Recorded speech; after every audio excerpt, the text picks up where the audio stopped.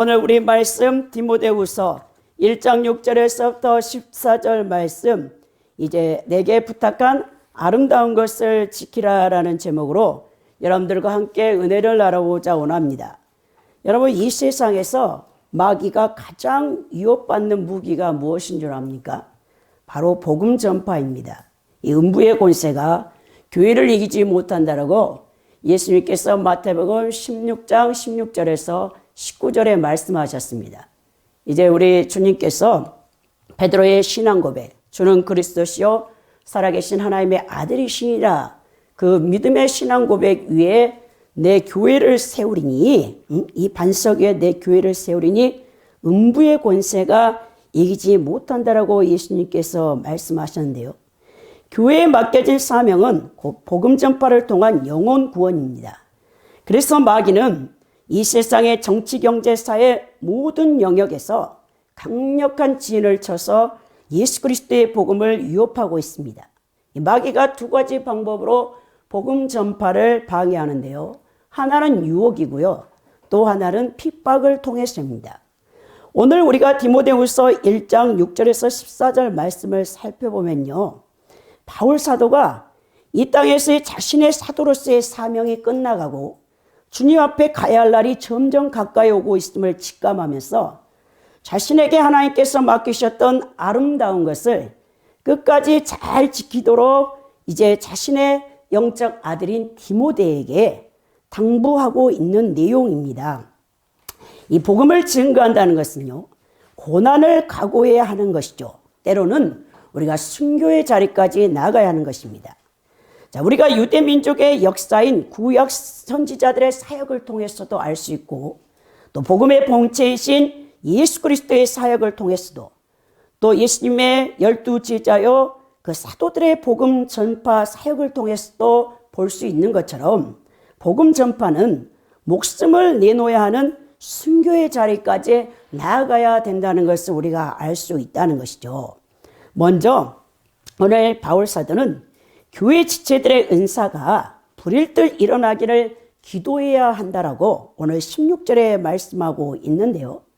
그러므로 내가 나의 안수함으로 내 속에 있는 하나님의 은사를 다시 불일듯하게 하기 위하여 너로 생각하게 하노니라고 디모데에게 먼저 서신에 여러분 이제 서론을 이제 쓰고 있는 것을 보게 됩니다.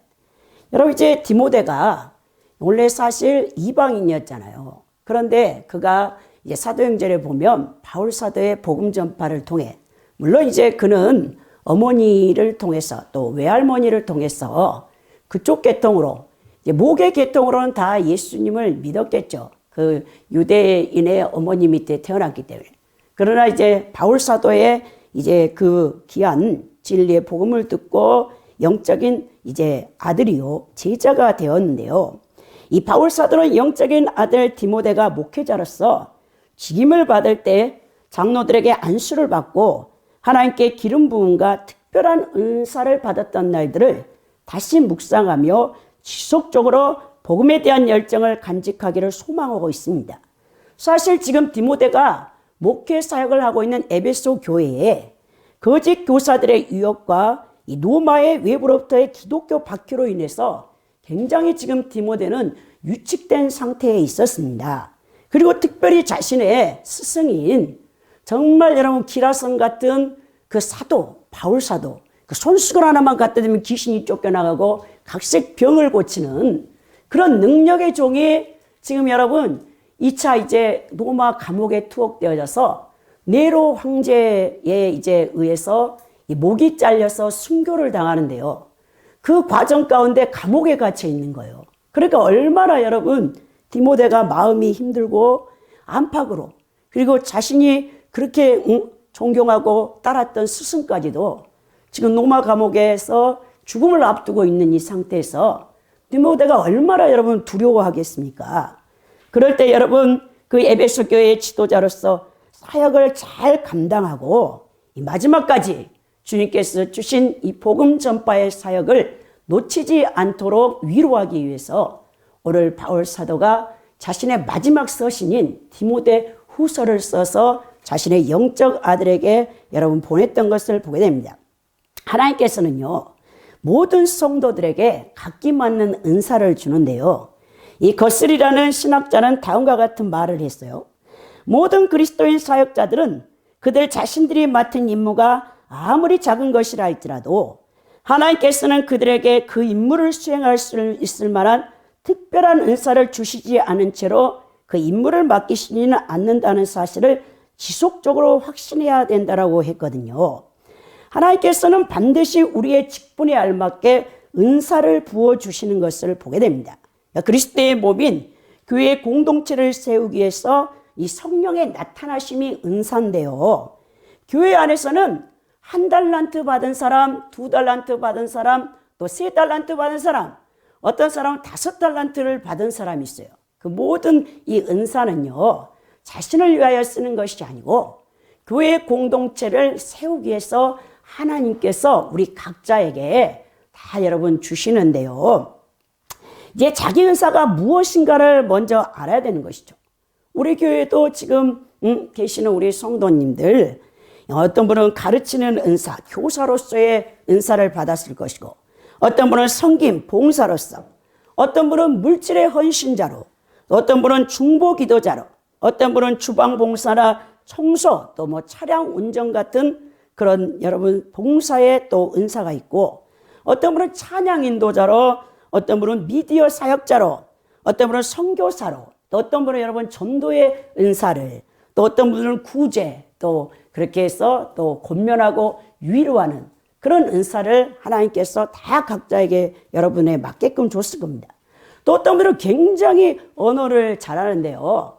제가 2000년 교회사 가운데 대단한 각 나라의 중국이나 일본에 이제 여러분 초기에 이 로마 카톨릭 그리고 우리 개신교에서 16세기 여러분 종교개혁 이후에 선교사들을 파송하는데요.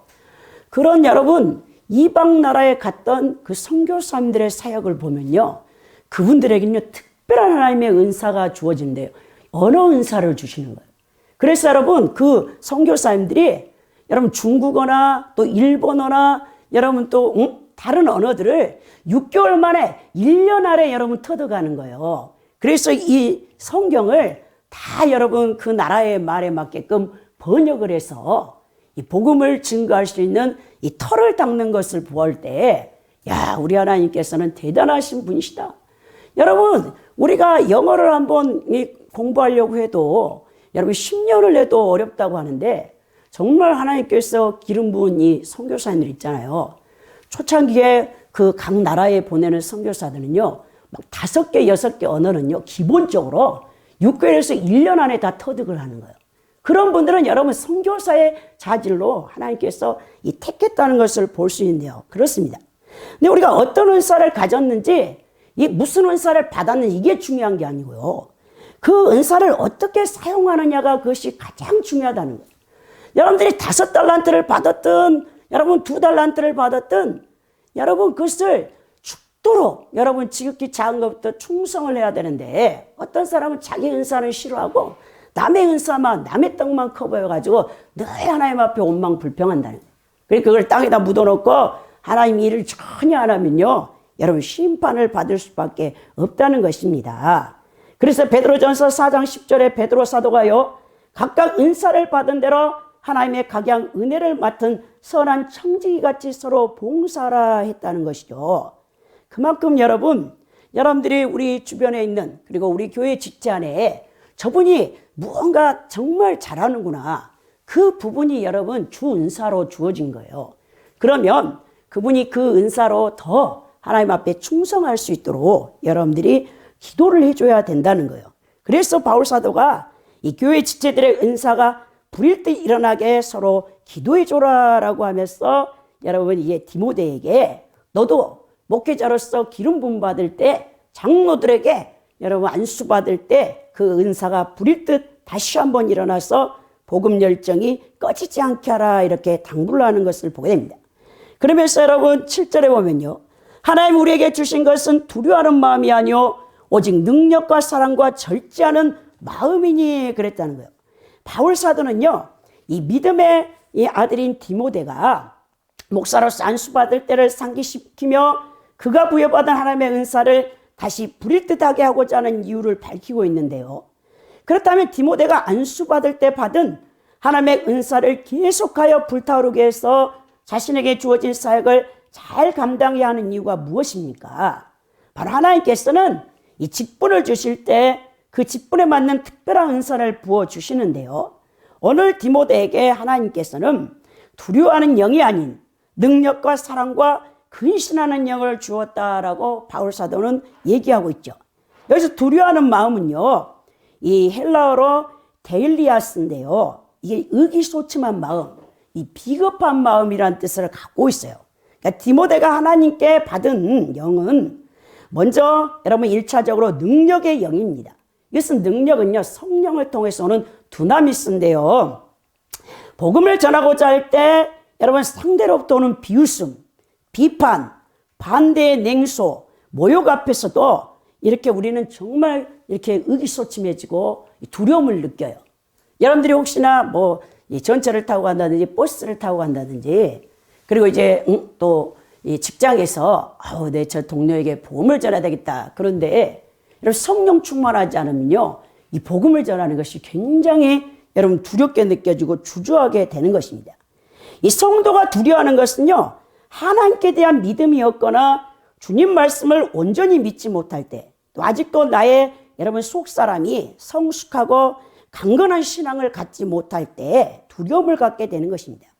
마음에 찾아오는 두려움은 하나님께 대한 확신의 결여 때문인데요. 하나님을 절대적으로 신뢰하는 사람은 결코 두려워하지 않습니다. 비록 극한 고난에 처한다 할지라도 거기에는 하나님의 선한 섭리가 있는 줄 믿어 의심치 않게 된다는 것이죠. 그래서 오늘 여러분 디모데에게 너는 능력의 영을 받았다, 두려워하지 말라 하면서 그 다음에 또 무슨 영을 받았냐? 너는 사랑의 영을 받았다고 했습니다. 사랑이요. 여러분 우리가 사랑이 없이는요 절대로 복음 전파를 못해요. 한 영혼을 천하보다 기여기는 주의 심장을 갖지 않는 사람은요, 내 아내가, 내 남편이, 내 자식이, 내 형제가, 내 부모가 죽어가도 예수님을 증거하지 않는 거예요. 여러분 그만큼 여러분 사랑이라는 것이 얼마나 중요한지 압니까? 여기서 사랑은요 아가페스인데요, 갈라디아서 5장 22절에 성령의 9가지 열매 가운데 사랑이죠. 가장 먼저 사랑이 나오잖아요. 이 사랑이 있을 때 요한일서 4장 18절에 보면요, 사랑 안에 두려움이 없고 온전한 사랑이 두려움을 내쫓나니 두려움에는 형벌이 있음이라. 두려워하는 자는 사랑 안에서 온전히 이루지 못하였느니라 했죠. 여러분들이 하나님 앞에, 제가 이제 목회자가 되기 전에 신학도생이었을 때 가장 우리 하나님 앞에 밤낮으로 기도했던 기도 제목이 하나 있었어요. 뭐냐? 하나님, 나는 정말 다른 사람을 사랑하지 못합니다. 제게 제발 주님의 그 사랑의 마음을 주옵소서. 내게 그 사랑, 영혼을 사랑할 수 있는 마음을 주옵소서. 제가 목회자로서 하나님이 선택돼서 부름받았는데 여러분 제가 굉장히 어릴 때부터 독선적인 사람이에요. 사람을 싫어했다니까요. 여러분들에게 여러 번 간증을 했잖아요. 막 사람이 오면요 소름이 돋을 정도로 그렇게 좀 결벽증 비슷한 게 있어가지고 싫어라 했는데 그 목회자가 가장 마이너스잖아요. 그래서 하나님 앞에 얼마나 제 옛사람을 쳐서 복종시키면서 영혼을 사랑할 수 있는 마음을 달라고 그렇게 여러분 투쟁을 했는지 또 기도를 했는지 모릅니다. 그런 것처럼 여러분 사랑은요 그만큼 여러분 중요한 건데요. 또 그 다음에 여러분 디모데에게 우리 하나님은 근신하는 영을 주었다고 합니다. 이 근신하는 마음은 뭐냐? 헬라어로 여러분 소프로니무스의 원형인 이 소프로니스모스를 썼는데요. 보존하라는 뜻이에요. 이 보존하라는 뜻은 동사 여러분 소조와 생각이란 뜻의 명사 프렌의 합성어로요. 근신하다, 통제하다라는 뜻이에요. 근데 이 근신하다는 마음이 자기 절제입니다, 여러분. 이 셀프 컨트롤이에요. 곧 절제하는 마음이 없어서는 안 된다는 거죠. 사랑으로 시작했다가 성령의 9가지 열매의 마지막이 뭡니까? 절제잖아요. 너무나 과해서도 안 되고 여러분 사람이 너무 오버해서도 안 되잖아요. 절제력이 있어야 하는 것이죠. 이 근신하는 마음이란 바른 삶을 살고자 절제하고 조심하는 마음으로써 굽은 마음을 곧게 하며 악한 마음을 의롭게 하고 자신을 항상 돌아봐 가꾸어가며 다른 사람에게 악을 행치 않는 자기 절제, 항상 빛 가운데 행하도록 자신을 쳐서 하나님 말씀에 복종하는 자, 이게 근신하는 여러분 마음이에요. 이 마음이 없으면 크리스찬들이 방종하게 되어져서 결국 하나님의 영광을 가리고 만다는 것을 보게 됩니다.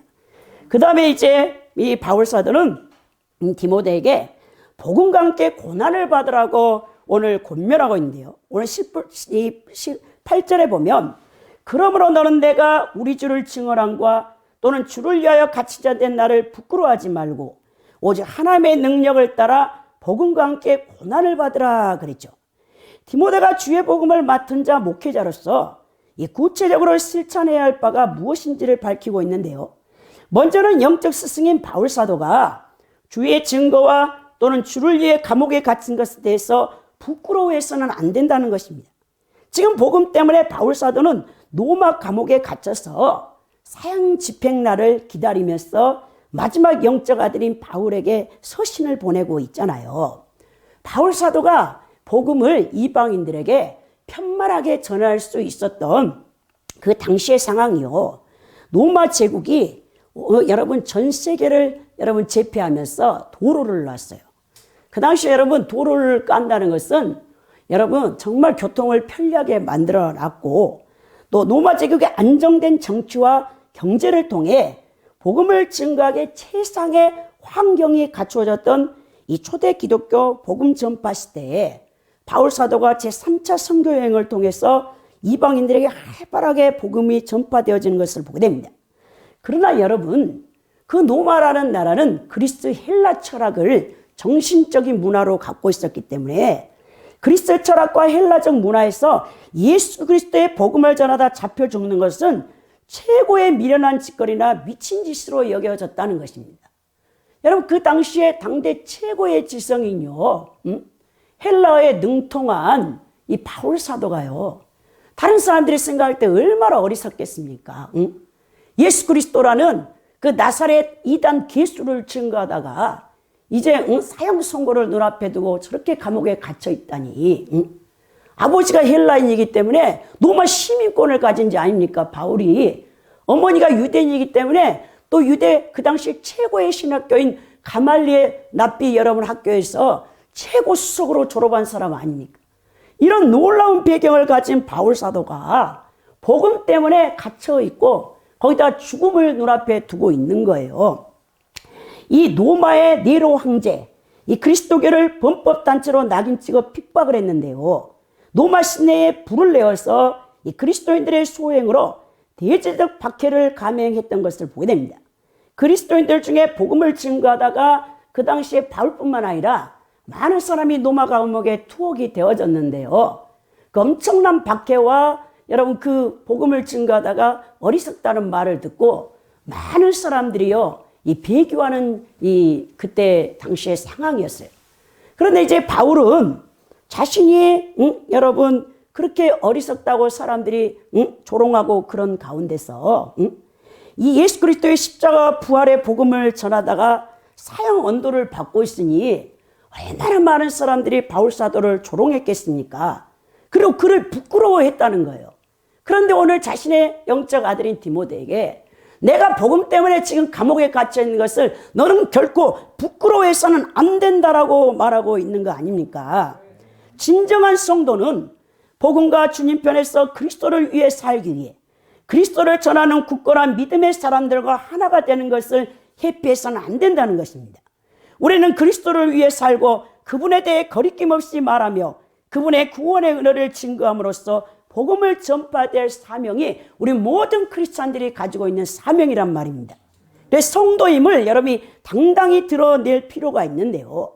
오늘날 우리 한국적인 상황에서도 예수 믿는다면 얼마나 많은 조롱과 핍박과 여러분 안티 크리스찬들에 의해서 욕을 얻어먹는지 모른다는 거예요.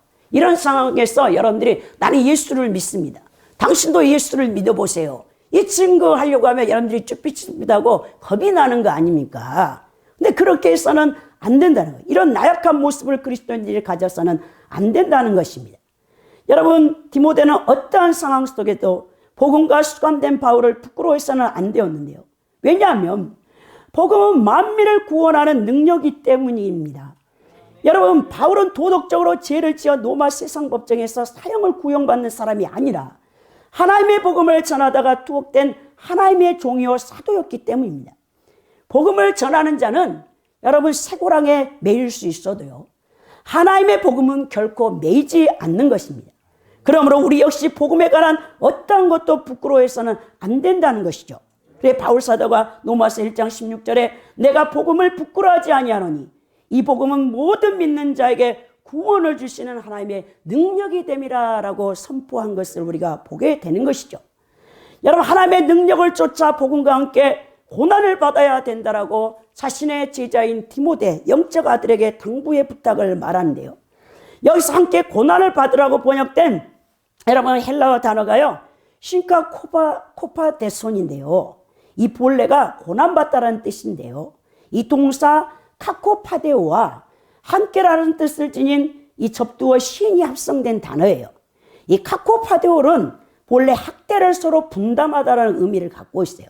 이러한 표현을 바울이 썼던 것은 자신이 골로새 1장 24절에 그리스도의 남은 고난을 자신의 육체에 채우는 일, 이것이 디모데가 이제 동참해야 함을 분명히 요청하고 있는 거예요. 이러한 고난 등의 동참은 복음과 함께 복음을 위하여 반복적으로 경험이 되어져야 된다는 것입니다. 여러분, 바울 사도처럼 주님과 복음을 위해서라면 고난을 기꺼이 받을 수 있는 여러분들이 되어야 된다는 거죠. 복음은 영원한 생명을 소유하게 하는 유일무이한 방편이기 때문에 그렇습니다. 세상 그 어떤 것보다도 가치 있고 귀한 것입니다. 그런데 어찌 우리가 이 복음을 증거하는 일을 부끄러워할 수 있다는 말입니까? 그러면서 9절에 하나님이 우리를 구원하사 거룩하신 소명으로 부르심은 우리의 행위대로 하심이 아니요 오직 자기의 뜻과 영원 전부터 그리스도 예수 안에서 우리에게 주신 은혜대로 하심이라 그랬죠. 바울 사도는 우리의 구원과 거룩한 소명의 부르심이 우리의 행위 때문이 아니라 하나님의 뜻과 은혜로 말미암았다고 밝히고 있는데요. 하나님께서는 고난을 통해 우리를 구원으로 부르십니다. 또한 부르신 후에는 값비싼 소명을 감당할 수 있도록 성령을 통해 능력과 은사를 부으시고요. 또한 고난을 통해 연단하심으로 우리를 거룩하게 빚으신 후에 복음을 증거하는 의의 병기, 도구로 사용하시는 것을 볼 수 있습니다. 그러니까 하나님께서 그리스도인들을 구원하신 목적이 무엇입니까? 바울 사도는요, 그것이 성화를 위한 부르심이라고 오늘 말씀하고 있는데요. 이 거룩한 부르심이라고 했잖아요. 이 거룩하다는 뜻은 구별되었다, 성별되었다라는 뜻이죠. 이 거룩이 바로 부르심의 목적이 됩니다. 구원의 목적과 결과는요, 결국 예수 그리스도를 닮아가는 이 그리스도인들의 성화에 있다는 것이죠. 그래서 데살로니가전서 4장 7절에도 하나님이 우리를 부르시면 부정케 하심이 아니요 거룩하게 하심이라 그랬습니다. 그러니까 그리스도인들을 향한 이 하나님의 구원과 부르심은요, 하나님의 뜻과 은혜로 인간의 구원과 소망을 이루는 유일한 조건이고 이 방편이죠. 하나님께서는 은혜를 부어주실 때 여러분들이 아멘으로 화답하고요, 하나님께 응답의 의지를 드려서 영적 전쟁을 통해서, 영적 싸움을 통해서 날마다 옛사람을 십자가에 못 박고 여러분들이 성화를 이루어 가야 되는 것입니다. 오늘 10절에 보면요, 이제는 우리 구주 예수의 나타나심으로 말미암아 나타났으니 그는 사망을 패하시고 복음으로써 생명과 썩지 아니할 것을 드러내신지라 그랬죠. 그렇다면 그 놀라운 하나님의 은혜의 사건, 그 구원과 부르심의 사건을 어떻게 드러났습니까? 첫째는 우리 주 예수 그리스도의 나타나심으로 드러났다라고 바울 사도가 진술하는데요. 여기 나타났다는 뜻은 뭡니까? 그리스도의 초림, 즉 성육신 사건을 지칭하고 있는데요. 이 그리스도의 성육신 사건은 영원에서 발생한 구원의 놀라운 시작이 인간의 역사와 시간을 뚫고 들어와 비로소 성취된 가히 인간의 생각을 뛰어넘는 기독교의 신비죠. 이 놀라운 인간 구원의 사건은 자기 백성을 그 죄악 가운데 구원하실 자, 곧 우리 주 그리스도 예수를 통해 이루어지는 것을 보게 되는데요. 한편 그리스도 예수께서 인간의 역사적인 시간 속으로 들어오셔서 이룩한 것이 무엇입니까? 첫째는 패하셨다겠고 둘째는 드러냈다라고 오늘 바울 사도가 10절에서 분명히 말씀하고 있는데요. 이 패했다는 것은 뭡니까? 이 다나토스인데요. 죽음을 패했다는 것, 죽음을 쓸모없게 만들어버렸다. 예수님께서 십자가 위에서 7마디 가운데 가장 이제 마지막 말씀이 내가 다 이루었다 그랬죠. 예수 그리스도의 성육신 사건과 십자가에서 죽으시고 부활하신 사건을 통해 완벽하게 파괴시킨 것은 무엇입니까? 그것은 바로 여러분 사망이에요. 사망. 여러분 바로 사망 권세 잡은 마귀의 일을 멸하러 오셨다고 요한일서 3장 8절에 예수님이 분명히 자신이 오신 목적을 밝히고 계시는데요. 예수 그리스도께서는 십자가에서 인류의 죄를 대속하기 위한 속죄 제물이 되어 그 의로운 피를 흘리심으로 말미암아 아담의 원죄의 유전을 통한 우리의 인간의 이 자범죄로 인해서 우리가 여러분 마귀의 종노릇하고 결국 지옥 갈 수밖에 없는 우리를 대신해서 여러분 피를 흘려주셨어요. 그러므로 말미암아 이제는 죽음, 사망 권세 잡은 마귀의 일을 피하시고 우리에게 무엇을 줬습니까? 영생을 주신 거 아닙니까 여러분? 그래서 영생을 이제 그리스도의 복음의 결과는 드러냈는데요. 그 드러내는 것이 무엇입니까? 생명과 썩지 아니할 것으로 우리에게 드러났다. 이 영생을 주신 이 하나님의 은혜에 여러분들이 어떻게 감격하지 않을 수 있겠습니까? 그러면서 11절에 내가 이 복음을 위하여 선포자와 사도와 교사로 세우심을 입었나니 그랬죠. 바울 사도는 11절 12절에서 인간에게 오직 생명을 줄 수 있는 복음을 위해 고난을 당하고 있음을 밝히면서요. 자신이 이 복음을 위하여 선포자와 사도와 교사로 세움을 입었다라고 천명하는데요. 이를 위하여 내가 전파하는 자와 사도로 세움을 입은 것은 참말이요 거짓말이 아니니 믿음과 진리 안에서 내가 이방인의 스승이 되었노라 라고 디모데전서 2장 7절에서도 밝히고 있는데요. 바울이 세우심을 입은 것은 바로 복음, 그 불멸의 생명을 제공해주는 하나님의 능력이 되는 바로 그 복음을 전파하기 위해서였다는 거예요. 그러면서 이 직분은 하나님이 나를 통해서 주신 너무나 고귀한 직분이라고 선포하면서 복음을 선포해야 한다는 점에서 자신은 선포자고 또는 오직 파송한 자가 위임한 것만을 말해야 한다는 점에서 사도고 하나님의 능력이 나타나는 통로인 복음을 가는 곳마다 만나는 사람마다 가르치며 권면해야 한다는 그 뜻으로 교사라고 자신의 직분을 분명히 인식하면서 선포하고 있는 것을 보게 됩니다. 그러면서 12절에 이로 말미암아 내가 또 이 고난을 받되 부끄러워하지 아니함은 내가 믿는 자를 내가 알고 또한 내가 의탁한 것을 그날까지 그가 능히 지키실 줄을 확신함이라 그랬죠. 여기 고난받되 그랬는데요. 이 고난은요 복음 전파 때에 죽음에 이르는 것 같은 막대한 고난을 바울 사도가 겪었던 것을 보게 됩니다. 그래서 고린도후서 11장에도 얼마나 바울 사도가 여러분 고난을 받았는가 잘 표현되어 있는데요. 여러분 이 바울 사도는 지금 빛과 공기가 통할 수 있는 구멍이 하나밖에 없었던 그런 음침한 이 노마 지하 감옥에 갇혀서 죽음을 비결만한 고통스러운 환경과 상황을 계속해서 당하고 있는 것을 생생하게 묘사하면서요. 또 바울 사도는 노마의 지하 감옥에서 십자가 위에 벌겨벗겨진 채 매달려 자신의 유대 민족과 노마 병사들의 멸시와 조롱의 눈초리와 소리치는 그들의 저주 속에서도 결코 부끄러워하지 않으시고 죽으셨던 예수 그리스도를 지금 묵상하고 있는 것입니다. 여러분들이 어떤 멸시와 조롱과 여러분들이 비웃음을 당한다 해도요. 예수 그리스도 여러분의 십자가를 생각해 보십시오. 인류의 역사 가운데 그렇게 처절하게 죽으신 분은 없어요. 그렇게 멸시를 받은 분은 없습니다.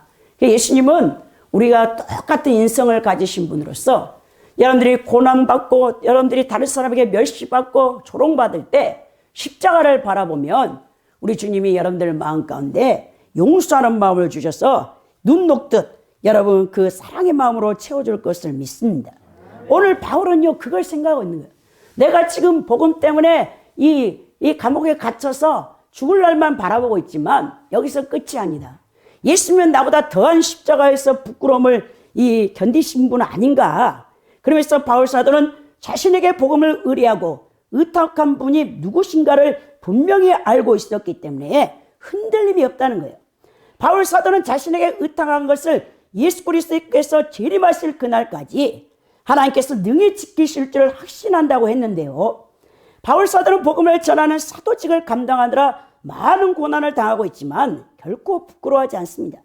자신의 사역이 로마 감옥에서 끝날 것을 직감했던 바울 사도는 주님께서 그 복음을 또 다른 사람의 손에 위탁하사 주의 재림이 때까지 계속하여 안전하게 지켜나가실 것을 내다보며 소망을 간직하고 있기 때문입니다.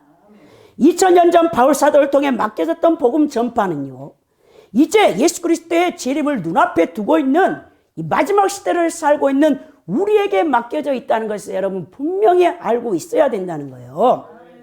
13절에 보면요, 너는 그리스도 예수 안에 있는 믿음과 사랑으로서 내게 들은 바 바른 말을 본받아 지키고 그랬죠. 바울 사도가 디모데에게 13절 14절에서 복음 진리를 사수할 것을 당부하면서요, 이 본받아라 그랬어요. 이 본받다라는 뜻이요, 한 건물의 세부적인 설계도를 작성하기 앞서 그려보는 것과 같은 대략적인 스케치를 뜻하는 이 히포신이라는 헬라어 여러분 단어가 쓰였어요. 그러니까 화가가 정물 하나 인물 하나를 그릴 때 먼저 소묘하잖아요. 대충 탁탁 그려본 다음에 그 뜻인데요, 디모데가 바울 사도에게 들은 것, 바울 사도를 본받아 지켜야 하는 것이 무엇입니까? 다 바울이 그에게 전해준 바른 진리의 복음이라는 거예요. 하나님께 대한 올바른 신앙 고백과 그에 기초한 삶의 윤리를 제시하고 있는데요, 그 진리의 복음을 삶 속에서 실천하는 복음에 합당한 열매를 맺는 삶을 말하고 있습니다. 이 바울 사도가 전해준 진리의 복음은요, 예수 그리스도 안에 있는 믿음과 사랑이라는 이 그리스도교의 미덕이 수행돼야 되는데요, 성도가 그리스도와 신비적 열함을 통해서 비로소 소유하게 되는 중요한 덕목이 여러분 바로 믿음과 사랑이죠. 디모데에게 그리스도께 대한 믿음과 사랑으로서 바울 사도가 이 전수받은 그 진리의 복음의 이 교훈을 지키라고 당부하는데요, 여러분들이요, 예수님을 믿는다면서 말하는 거나 삶이 엉망이잖아요. 비도덕적이고 비윤리적이잖아요. 그럼 여러분 복음 전파해서는 안 돼요. 여러분들이 오히려 하나님 영광을 가리기 때문에 그렇습니다. 그래서 바울 사도가 오늘 이 디모데에게 하나님께서 나는 이제 죽지만 다시 너에게 이 아름다운 것을 부탁했고 지키도록 했는데 그것을 지키기 위해서는 뭐 해야 되냐? 믿음과 사랑으로서 내게 들은 본 바를, 바울이 그렇게 살았잖아요, 스승으로서. 너도 그렇게 살아야 된다. 너의 말과 너의 삶이 그리스도인답지 아니하면 여러분 복음을 전파해서는 절대 안 됩니다. 여러분 때문에 하나님 영광이 땅에 떨어지고 오히려 하나님 나라 확장을 막고 있기 때문에 그런다는 것입니다.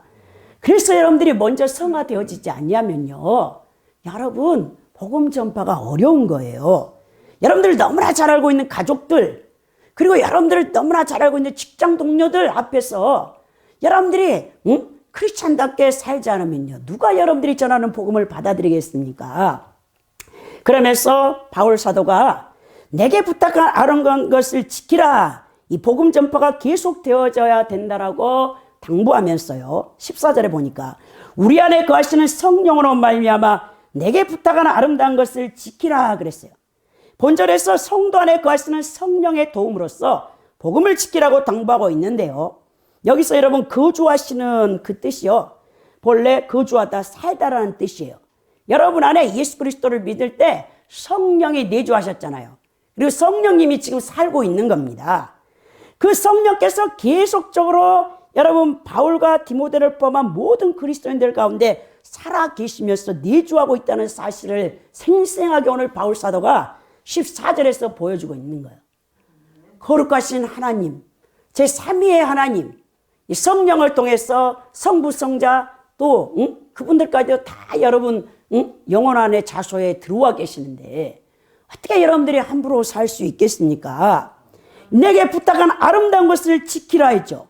바울 사도가 디모데에게 위탁한 이 아름다운 것이란 무엇입니까? 10절에 나오는 생명과 썩지 아니할 것 영생을 제공하는 복음을 말하고 있는데요, 따라서 바울의 뒤를 이어 복음을 맡은 디모데는 영적 지도자로서 복음의 전수를 흔들림 없이 이어가야만 하는 것입니다. 디모데가 명심해야 될 것은 이러한 굳건한 진리의 파수와 지속적인 전수가 오직 하나님의 능력을 힘입어서 가능하다는 사실을 인식하고요. 늘 자신을 하나님 말씀 앞에 쳐서 복종시켜야 되는 것이죠. 여러분, 성령께서 여러분 안에 들어와서 주시는 아름다운 것들이 있는데요. 첫째는 그 아름다움이 뭡니까? 믿음을 주시는 거예요. 여러분, 그 믿음을 하나님께서 성령이 들어와서 줬는데 이 믿음을 못 지키는 자가 너무 많아요. 이 믿음을 지키지 못하고 세상으로 돌아가는 사람이 너무 많습니다. 예수님의 12제자 가운데 가룟 유다가 그랬고요. 돈에 탐욕이 있어서 예수님을 팔아먹죠. 그 다음에 바울사도와 함께 사역을 함께 했던 데마라는 사람이 세상을 살아가기 위해서 바울사도를 버리고 도망가 버렸어요. 여러분, 예수 그리스도를 믿고 믿음 생활 하다가도 언제든지 여러분들은 예수님을 배신하고 믿음을 버리고 여러분들이 사랑하는 세상, 또 여러분들이 좋아하는 것을 쫓아가 버릴 수가 있어요. 세상 쾌락, 돈, 명예, 권력, 또 평안함, 안일함 따위, 이런 것들이 여러분 사람들에게 믿음을 버리게 하는 것입니다. 두 번째는 여러분, 거룩하고 성결한 삶을 성령께서 여러분들에게 지속적으로 여러분 아름다운 것을 주시는데요. 하나님 뜻에 따라 선하고 정결한 삶을 사는 그리스도인이 되어야 된다는 거예요. 그러기 위해서는 날마다 옛사람과의 영적 전쟁을 통해서 여러분들이 승리를 해야 돼요. 날마다 옛사람의 십자가에 못 박는 여러분 말씀을 읽고 묵상하며 그 말씀을 붙잡고 기도하는 생활을 통해서 여러분들 자신을 쳐서 복종시켜야 여러분 그 거룩하고 아름다운 성결한 삶을 끝까지 유지할 수 있는 것입니다. 언제든지 여러분 타락해서 우리는 넘어질 수 있는 존재입니다. 또 여러분 성령께서 여러분들에게 주시는 아름다운 것은 사명입니다. 사명.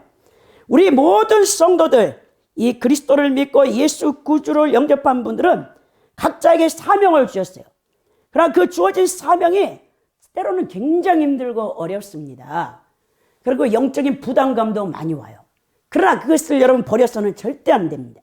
성령께서 복음 전파를 위해 주신 이 아름다운 것들, 믿음과 거룩하고 성결한 삶과 이 아름다운 사명을 감당하려고 여러분들이 얼마나 애쓰고 힘쓰고 있는가, 그것을 보면 여러분들이 정말 믿음의 사람인가 아닌가를 알 수 있는데요.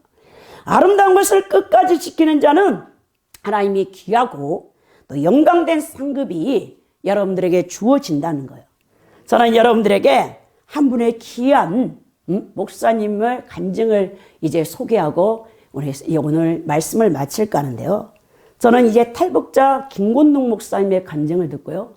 너무나 큰 은혜를 받았습니다. 여러분, 이분이 중국 감옥에서 12년을 갇혀 있었어요. 복음 때문에. 오늘날 바울 사도처럼 복음 때문에 전 세계에 갇혀 또 순교의 자리에 나가는 사람들이 얼마나 많은지 모릅니다. 여러분, 이분이 정말 그 중국 감옥에서 갇혀 있을 때 시편 102편 17절에서 22절 말씀을 하나님께서 이제 암송하고 그 말씀으로 용기를 줬다는 거예요. 그 말씀이 이렇습니다. 여호와께서 빈궁한 자의 기도를 돌아보시며 그들의 기도를 멸시하지 아니하셨도다. 이 일이 장래 세대를 위하여 기록되리니 창조함을 받을 백성이 여호와를 찬양하리로다. 여호와께서 그의 높은 성소에서 굽어보시며 하늘에서 땅을 살펴보셨으니 이는 갇힌 자의 탄식을 들으시며 죽이기로 정한 자를 해방하사 여호와의 이름을 시온에서 그 영예를 예루살렘에서 선포하게 하려 하심이라. 그때 민족들과 나라들이 함께 모여 여호와를 섬기리로다. 이 말씀을 주시면서 이 감옥에서 견디게 했는데요. 이 김권동 목사님이 갇힌 자의 탄식을 들으시는 하나님이라는 간증을 유튜브에서 하시는 것을 제가 들었거든요. 첫째, 그분이 던지는 여러분 질문이 뭔지 아닙니까? 당신은 진정으로 자유합니까? 그랬어요. 여러분, 지금은 북한 사정이 너무나 안 좋다는 거예요.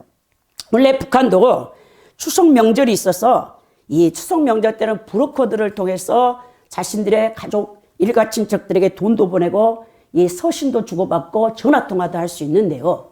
지금 여러분, 그 브로커들이 돈 벌기 위해서 막 혈안해야 되는데 브로커들이 다 숨어버렸다는 거예요. 전혀 지금 북한이 어떤 상태인가를 외부적으로 알 수가 없는 상황이라고 얘기하면서요. 예수님을 믿는다는 것은 어떤 나라와 장소, 환경에서는 얼마나 위험한 일인 줄 아는가라고 이 질문을 던지더라고요. 나는 예수님을 믿습니다가 중국이나 북한에서는 얼마나 위험한가, 예수님을 믿는다는 이유 때문에 불이익을 감당할 수 있는가라고 우리 대한민국 크리스찬들에게 질문을 하는 거예요. 자, 우리나라가 2002년 월드컵 여러분들 다 지나갔으니까 알겠죠. 그때 막 여러분 우리나라 4강 들어가지고 난리가 아니었죠.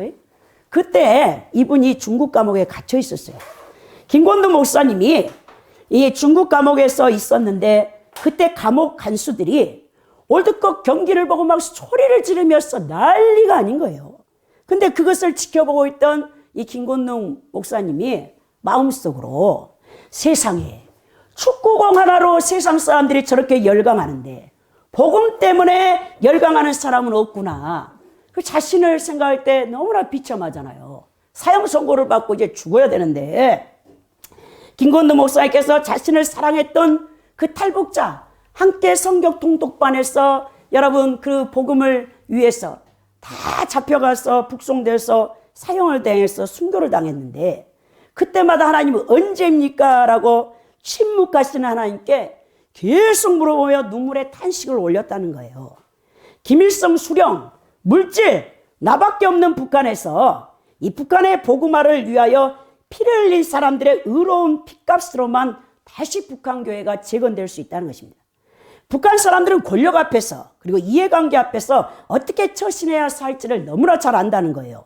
만약 저들이 그리스도의 복음이 아닌 자본주의나 인본주의를요 접하게 되면 북한 교회는 살아있는 교회로 세워질 수 없다고 말합니다. 그래서 하나님께서는 먼저 북한의 순교자들의 피로써 무너진 교회를 재건하고 계신다라고, 왜 북한에 그 많은 지금 순교의 피가 뿌려지는가를 정확하게 하나님 앞에 받았더라고요. 그러면서 그분이 초대 교부인 터툴리안의 말을 인용하는데요. 우리를 십자가에 못 박아라. 우리를 고문하라. 우리를 저주하라. 우리를 멸하라. 너희들의 잔인함은 아무것도 이루어 놓을 수 없다.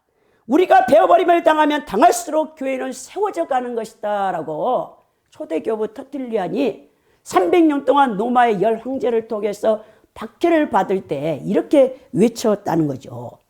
하나님만 사랑했던 순교자의 이야기가 대한민국 성도들에게 거절당하게 되고요. 이질적으로 느껴지지만 순교는 끝이 아니고 바로 시작이며 교회의 붐을 일으키는 원동력이라고 말씀하고 있습니다. 우리는 순교를 두려워할 것이 아니라 오히려 기뻐해야 한다는 거예요. 순교자의 피는 결코 헛된 것이 없기 때문에 감사할 뿐이라고 합니다. 왜냐? 이제 만날 주님 앞에 섰을 때 순교자들이 큰 영광을 이제 면류관을 받게 되겠죠.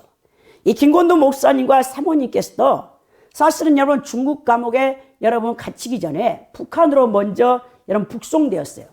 그래서 보위부 의원들의 신문을 받게 되는데 그때 아내가 임신 7개월인데요. 그 자리에서 마취도 안 하고요. 그 부인의 아이를 꺼내버려. 낙태시켜버려. 너무나 비인권적이잖아요. 그래 그 감옥에서 여러분 그 북송되었던 북한 감옥에서 거기 다 잡혀온 사람들이 자기 통독반에 같이 예수 믿었던 사람들이야. 그 중에서 자기 혼자 살고자 원해서 한 사람만 고자질하면 이 김권동 목사님은 그 자리에서 사형을 당하는 거예요. 왜? 그 통독반의 팀장이고 리더였기 때문에. 그래서 그 막 두려워하고 있는데 오히려 여러분 같이 수감되어 있던 그 탈북자 크리스찬들이 그들이 하는 말이 뭐라냐? 반드시 김권동 목사님은 살아서 여기서 나가야 된대. 왜? 우리의 이 비인격적인 북한의 인권을 유엔이라 전 세계에 있는 사람들에게 알려야 될 한 사람은 필요하다는 거야. 우리가 다 죽더라도 김권도 목사님은 살아서 나가야 된다고 그 말을 했을 때 너무나 가슴이 아팠다는 거예요. 그러면서 이제 부인과 함께 풀려나가지고 다시 이제 중국으로 와서 계속해서 선교사님을 도와서 탈북자들에게 말씀, 이제 복음 사역, 그 다음에 또 한국으로 대한민국으로 탈북자들을 보내는 일을 하다가 이 마지막 35명을 먼저 제일 보내놓고 자신이 가야 될 때에 딱 잡힌 거예요. 중국 공안당에 딱 잡혀가지고 말투를 들어보면 금방 알잖아요. 이분이 대학에서 탈북하기 전에 북한에서 대학을 나온 사람의 인텔리예요. 그리고 중국어를 금방 배웠는데도 이 북한의 특이한 여러분 그 말투 때문에 응? 이놈이 북한 놈이라고 딱 그 중국 공안들이 중국어를 들어봐도 딱 알았다는 거예요. 그래가지고 이제 이분을 가둬놨는데, 여러분 뭡니까? 그때 사스가 2003년에 중국에 전염병이 돌았어요. 그래가지고 그때 모든 감옥 재판이 올스탑이야. 2년 동안을 그냥 갇혀 있는 거야. 재판 받지도 못하고. 그런 가운데 이제 법적 형이 이제 구형돼야 될 거 아닙니까? 그래서 이제 중국 재판이 사스 끝나고 딱 2003년에 딱 그렇게 재판을 받게 되는데 12년형을 언도받는 거예요. 근데 그동안 구치소에 2년 있었고 10년을 언도받았어. 이제 감옥에 딱 왔더니 함께 같이 다 있던 죄수들이 거기에 탈북자, 이제 북한에서 온 죄수들 200명이 다 갇혀 있는데, 여러분 그렇게 조그만 방에 이 22명씩 감옥에 있는데요. 5사람만 발을 뻗고 자고 나머지는 다 잠을 못 자는 거예요. 다 여러분 앉아 있어야 돼. 그런 감옥에다 집어넣는 거예요. 그런 가운데 야, 죽지 않고 그래도 12년형을 받았다라고 박수를 막 쳐주더래. 거기 있던 사람들은 다 18년, 20년 다 장기수들이야. 그 범죄 저질러갖고 그 사람들이. 그래가지고 이제 거기에 수감되어 있다가, 여러분 보십시오. 그때 이제 잡혀서 재판을 받고 너무 6월 달에 들어갔는데 너무 덥더라는 거예요. 그 작은 감옥에 딱 5명만 누워 잘 수 있고 나머지는 잠을 못 자는 22명이 한 방에 갇혀 있는데, 얼마나 긴장이 되니까 여러분 덥다는 그 생각이 없다는 거예요. 여러분들이 아이고 덥네, 아이고 답답하다, 여름에 그런 것은 참 편한 사람들의 생각이라는 거예요. 그래서 이분이 자기가 그렇게 긴장되고 그 다음에 10년을 살아야 되는데 여러분 정말 낯선 환경이잖아요. 그리고 완전히 조폭들 다 있는데 거기서 내가 살아나갈 수 있을까, 이런 생각에 긴장됐는데, 그때 우리 하나님 앞에 간절히 기도했대요. 하나님 성경책을 막 보고 싶다고. 성경책을 달라고 하니까 그 방에 여러분 대방이 하나 있는데 호실장이라는 사람이에요. 이 사람은 그 대방인데 밖에 나가서 간수들의 일을 돕고 쓰레기도 버리고, 그러니까 간방에서 일단 나갈 수 있는 자는 그곳에서 최고 대방이야. 그 호실장이라는 사람이 어느 날 나갔다가 성경책, 자그마한 성경책 하나 딱 던져주면서 저쪽 다른 감옥에 있는 목사님이 너한테 이거 갖다 주라고 성경책 주더래. 그래갖고 그걸 딱 읽었다는 거야. 근데 이제 언제 뺏길지 모르니까 창세기부터 넘겨가면서 다 암송해버려, 암송.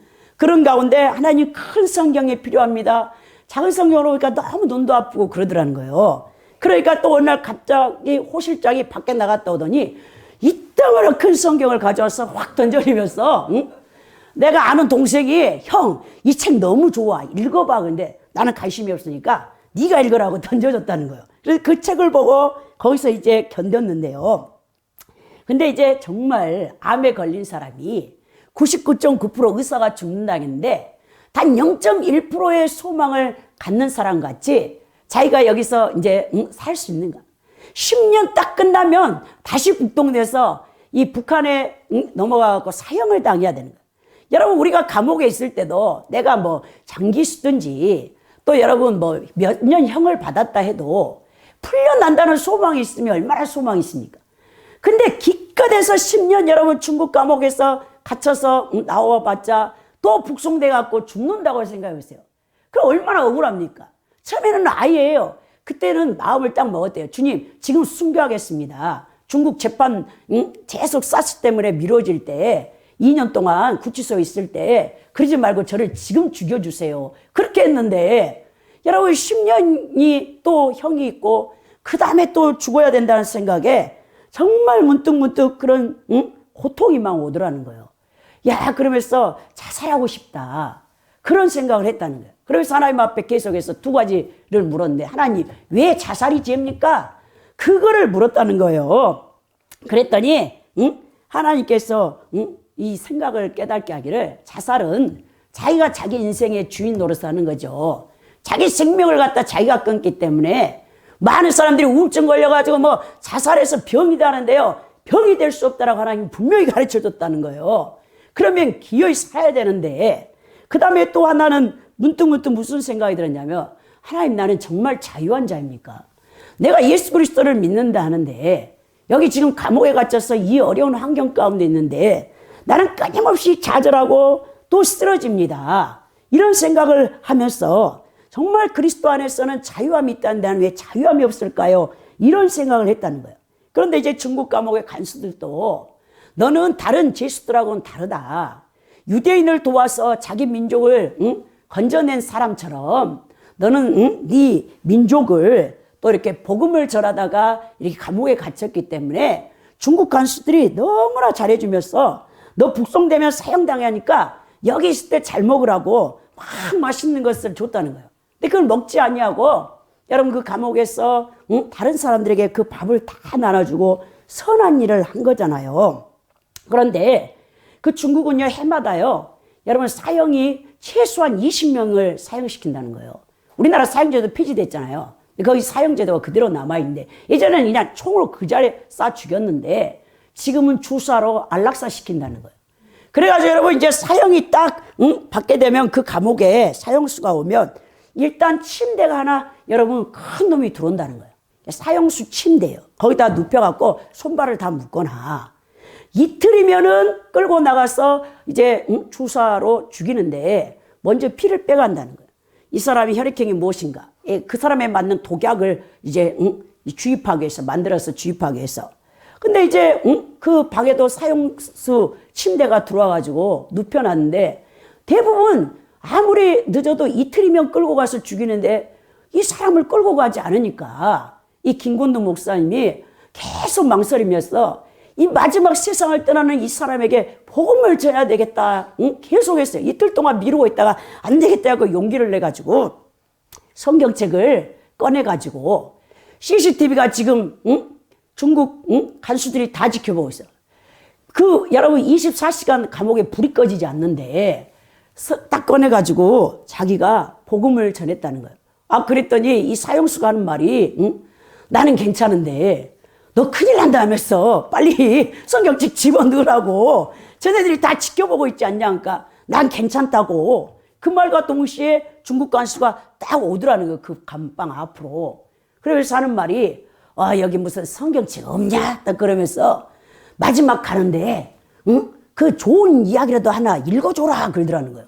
그 하나님 은혜죠.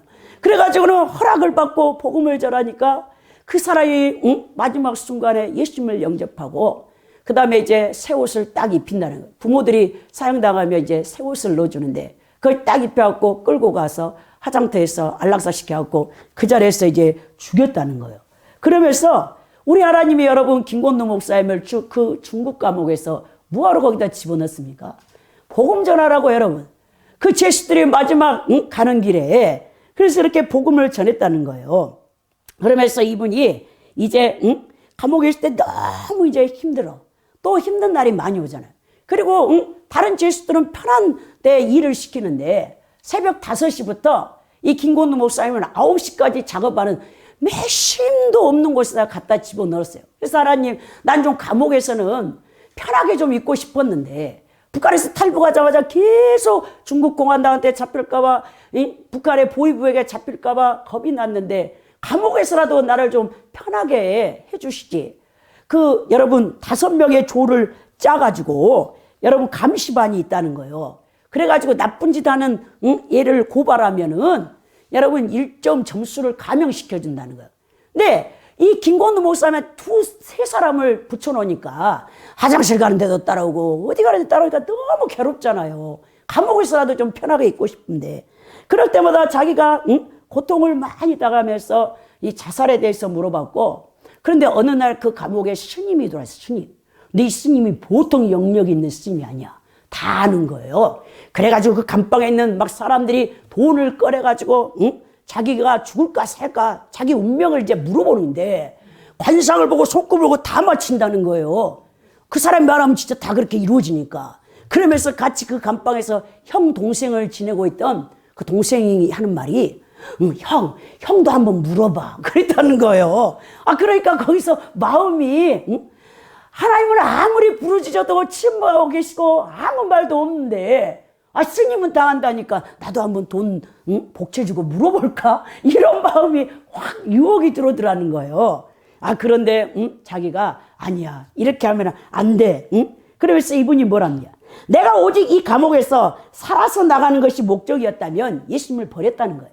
그리고 그 스님한테 자기 운명을 맡겼을 것이랍니다. 얼마나 어리석냐고.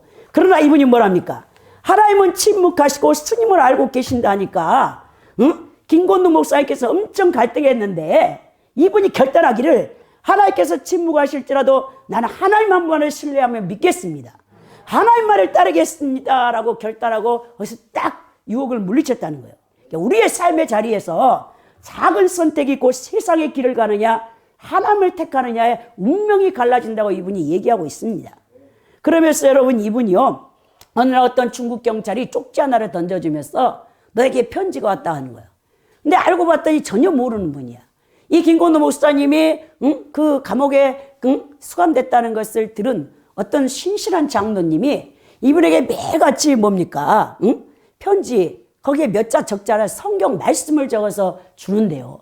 10년을 그 편지에 여러분 그 말씀 때문에 버텼다는 거예요. 그러면서 우리 크리스찬들이 이 사랑을 실천하는 것, 나를 통해서 그리스도의 사랑이 흘러나가는 통로로 우리가 이렇게 쓰임을 받아야 된다라고 얘기하는 거예요. 누군가에게 지극히 작은 선행이 누군가의 인생을 바꾸는 시간이 될 수 있다라고 말했거든요. 중국 감옥에서는요, 열심히 일하면 감형이 된다는 거예요. 그래가지고 3년을 열심히 일하니까 점점 감형이 되는데요. 감형 점수를 받으면 이제 출소할 날이 가까워지는 거예요. 중국 교도관들이 왜 감형 점수를 받느냐? 죽은 정순보다 살아있는 정순 기회가 더 낫다고 하면서 어차피 이 감옥에 나가봤자 너는 북송돼서 죽으니까 깽판을 쳐가지고 사고를 내가지고 더 형을 늘려라 이렇게 했다는 거예요. 그래가지고 이제 잠자기 전에 일기를 쓰고 하나님 앞에 기도하면 자기가 일기에다 이랬어요. 정말 그게 그런 거 아니야? 그렇지. 더 살기 위해서 성실하게 일하지 말고 사고 쳐서 형을 더 사는 게 낫지 않을까 갈등하다가 아침에 일어나고 새벽에 기도하면 주님이 마음을 바꿔놓는데요. 그거를 해. 행동을 내가 잘못해갖고 그 감옥에 있는 사람들이 또 중국 간수들이 예수 믿는 것도 별것 아니야. 하나님이 욕되게 하는 것은 안 되는 일이라는 걸 계속 깨닫겠다는 거예요. 하나님의 영광을 가려서는 안 된다는 것을 다시 깨달아서 성실하게, 누가 뭐라 해도 성실하게 감옥에서 일을 한 거죠. 그리고 중국 감옥에 200명의 탈북자가 수감되었는데 보위부 출신된 마약 장사들, 북한에 먹고 살기니까 고위급 장교들이 마약을 사고 팔다가 원래 북한의 평범한 여러분 주민이 마약 팔면 그 자리에 사형을 당하는데 중국 이제 공안당에서는 그 사람들을 봐줘가지고 여러분 감옥에 가다 놓는 거예요. 그리고 보위부 출신들 무기징역, 중앙당 의원들이 너무 많이 잡혀 있는데 이 다른 감방에서 들리는 소리가 예수 믿는 사람들은 죽음도 두려워하지 않는다더라. 그렇게 딱 말하니까 자기가 행동을 함부로 할 수가 없잖아요. 그래서 이분이 충실하게 이렇게 하다 감형이 돼가지고 이제 2012년이 딱 됐는데 7개월 다 감형을 안 되고 딱 4개월만 감형되고 3개월이 남은 거예요. 감옥에 사람 앞에 원망했다는 거예요. 다른 죄수들 다 감옥에서 편안해 나는 이렇게 고생을 했는데 또 이제 3개월이 남았다. 그러면서 3개월 동안 하나님이 이 중국 감옥에서 나에게 무엇을 하기를 원하시는가라고 기도를 했다는 거예요. 그러면서 하나님 앞에 물으니까 2011년 12월 21일이 형기 만기였는데요. 나는 며칠 후면 어디에 가 있을까? 중국 감옥에서 마지막 어떤 성경 구절을 읽을까 했는데 자기도 모르게 여호수아를 딱 펼칠 때 여호수아 1장 7, 8절 내 입에서 내 말이 떠나지 않게 하고 너는 가고 담대하라. 그러다가 24장 다 읽었더니 여호수아도 죽었더라 끝이야. 나도 죽는구나. 완전히 이제 포기하고 그렇게 생각했다는 거예요. 죽는다는 사람은요 사실 마지막 날까지 사형 판결을 여러분 부인한다는 거예요. 그러면서 이분이 딱 그런데 12월 여러분 원래 이제 마지막 그 감옥에서 주일날 점심을 먹고 성경을 딱 읽는데 갑자기 그 간수가 부르더니 누가 찾아왔다 하더래. 그래서 따라 나갔더니 지하 아래 처벌방으로 가서 옷을 다 벗기고 다 확인해 보더니 족쇄를 딱 채우는 거예요. 발도 채우고 손도 다 채워. 그리고는 묶어놔. 그때 12월 19일 너무나 추웠다는 거예요, 겨울에. 그런데 제수복 입혀놓고 그러더니 새벽 3시 반에 큰 감옥 문이 10년 만에 열리는 거죠. 차가 대기하고 있더래. 이제 북송시키려고 그분을 이렇게 딱 데리고 가는 거예요. 원래 5시간 걸려요.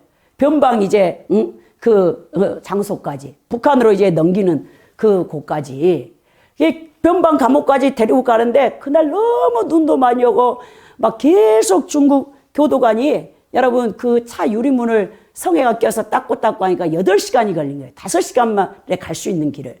근데 거기 갔더니 11시 반에 딱 도착했더니 다 높은 사람들이 어디 가버리고 쫄병들 북한 병사들만 막 있더라는 거예요. 그래서 보니까 거기 칠판에 사실은 여러분 이분이 12월 20일에 출소한다고 김건도 목사님이 이름이 딱 써졌더라고요. 근데 먼저 데리고 온 거잖아. 하루 더 먼저. 그래가지고 이 사람 받으라니까 아유 우리 지금 높은 이 일 처리한 분들이 점심 먹으러 갔다는 거야. 니네들 또 그냥 그 시내 가서 점심 먹고 오라고 그러더라고요. 그래서 이제 중국 그 차를 타고 교도관들 차를 타고 갔는데 팽팽 돌다가 먹을 데가 없어가지고 그러고 있는데 다시 전화가 왔고 데리고 오라대 지수. 그래서 데리고 딱 갔더니 갑자기 거기가 이제 난리가 난 거야. 난리가 막 사이렌 소리가 울리면서 변방 그쪽이. 그래서 이게 뭔 일인가 그랬더니 그 사무실에서 기다렸어요. 밤 8시까지. 얼마나 춥겠어요. 그래가지고 그러고 있는데 밥도 한 끼도 안 먹고. 근데 갑자기 그 중국 교도관이 하는 말이 핸드폰 딱 펴서 보더니 야 김정일이 죽었다 그러더라는 거예요. 니네 김정일 위원장이 죽었어. 그러니까 처음엔 안 믿겨졌대요. 김정일 위원장이 여러분 11년 여러분 죽었잖아요. 12월 19일에 이제 사망 2012년 그래갖고 2011년 이제 12월 19일에 죽어서 난리가 난 거예요. 그러니까 갑자기 이 재수가 지금 문제입니까? 북한이 지금 어떻게 될지 모르니까. 그래서 니네들이 알아서 하고 안 받는다는 거예요. 그러니까 이제 어디로 갈 데가 없지. 12시까지밖에 고난이 없는 거예요. 중국 교도관들이 이 김건도 목사님이 맡을 고난이. 그러다가 갑자기 호텔로 일단 데리고 가더래. 근데 얼마나 춥든지 그리고 그동안 너무 열악한 환경에 있다가 혼자 이렇게 호텔인데 잠이 안 오더래. 그 다음날 또 보다가 그들이 안 되니까는 연변경찰서에 던져줘 불고 그 중국 교도관들은 다 가버렸다는 거야. 3개월을 연변교도소에 갇혀 있다가 거기서 국적불명으로 이분이 이제 풀려난 거예요. 그래가지고 이제 감옥에서 날마다 불이 켜져서 그리고 CCTV가 돌아가면서 감시받던 10년이 넘는 오랜 세월 동안 살아서 불을 처음으로 끄려고 자려고 하니까 잠이 안 오더라는 거예요. 그러더니 이제 한국 영사관에서 여권이 나왔어요. 그거 갖고 이제 중국 공항에 갔더니 중국 공안당들이 하는 말이 이 한국 여권으로는 공항에 갈 수 없다고 하면서 자기네가 애국인 통행증을 만들어서 공항까지 에스코트해서 이제 보내줬다는 거예요. 대한항공 비행기를 딱 탔는데 어찌나 이게 안 떠난지 정말 꿈만 같잖아요. 이 중국 땅을 떠난다는 게. 그런데 꼭 뒤에서 다시 공안당이 잡으러 올 것 같은 마음이 막 너무 떨렸다는 거예요. 이 대한민국에 도착해서 국정원에서 푸대접을 받고 국정원 독방에서 20일 넘게 지나다가 풀려났는데 처음에 북한 가서 너 왜 살아왔어? 묻으니까 하나님이 살려주셨습니다. 그걸로는 안 된다는 거예요. 너 간첩이지. 그러니까 간첩 아니라게도 국정원에서 안 믿더라는 거예요. 그러면서 그분이 이런 말입니다. 중국에서 같이 예수 믿었던 사람들, 자기 함께 동료들이 다 북송되어 순교당했는데 왜 하나님이 나는 살려주셔서 이 대한민국 땅으로 보내셨을까? 분명한 하나님의 이유와 목적이 있다. 비행기를 탈 때 음성이 들려오는데 내가 한다라고 하나님의 음성이 들려오더라는 거예요. 예, 감옥에서 친구들 끌려나갈 때 하나님을 얼마나 원망했는지 모릅니다. 우리가 지금 남북한의 통일이 되었을 때 어떻게 준비되고 있는가? 우린 북한에서 자유의 문이 열릴 때 하나님께서 역사하신다는 거예요. 이 통일이 우리에게 재앙이 아니고요. 복을 받을 때 통일이 우리에게 눈물이 아니고 기쁨이 될 때 하나님께서 역사하신다는 것입니다. 오늘 여러분 결론적으로 바울 사도가 영적 아들 디모데에게 이 부탁한 아름다운 것 지금 우리에게도 다 주어졌습니다. 이건 복음 전파입니다. 오늘 모든 그리스도인들도 예수님을 본받아 예수님의 삶을 따라 살아야 됩니다. 여러분 높아지려고 하고 고귀하고 귀족적인 삶, 편안하고 안락한 삶이 아니라 하나님의 이름을 위하여, 그의 사랑을 위하여, 복음을 위하여 가장 낮아지고 가장 비천해지고 멸시받고 실고를 감내낼 때에 우리 크리스찬들의 삶은 하나님 나라의 초석이 되어지고 우리가 구원의 초석이 되어질 수 있다는 것을 기억해야 된다는 거예요.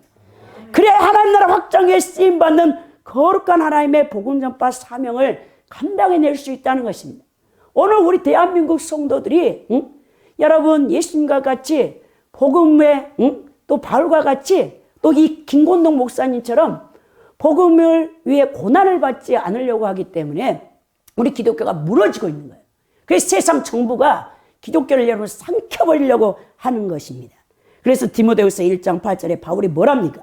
그러므로 너는 내가 우리 주를 증언한가 또는 주를 위하여 갇힌 자 된 나를 부끄러워하지 말고 오직 하나님의 능력을 따라 복음과 함께 고난을 받으라 말했고, 고린도전서 15장 58절에 그러므로 내 사랑하는 형제들아 결실하며 흔들지 말고 항상 주의 일에 더욱 힘쓰는 자들이 되라. 이는 너희 수고가 주 안에서 헛되지 않을 줄을 알미라. 이렇게 말씀했던 것을 보입니다.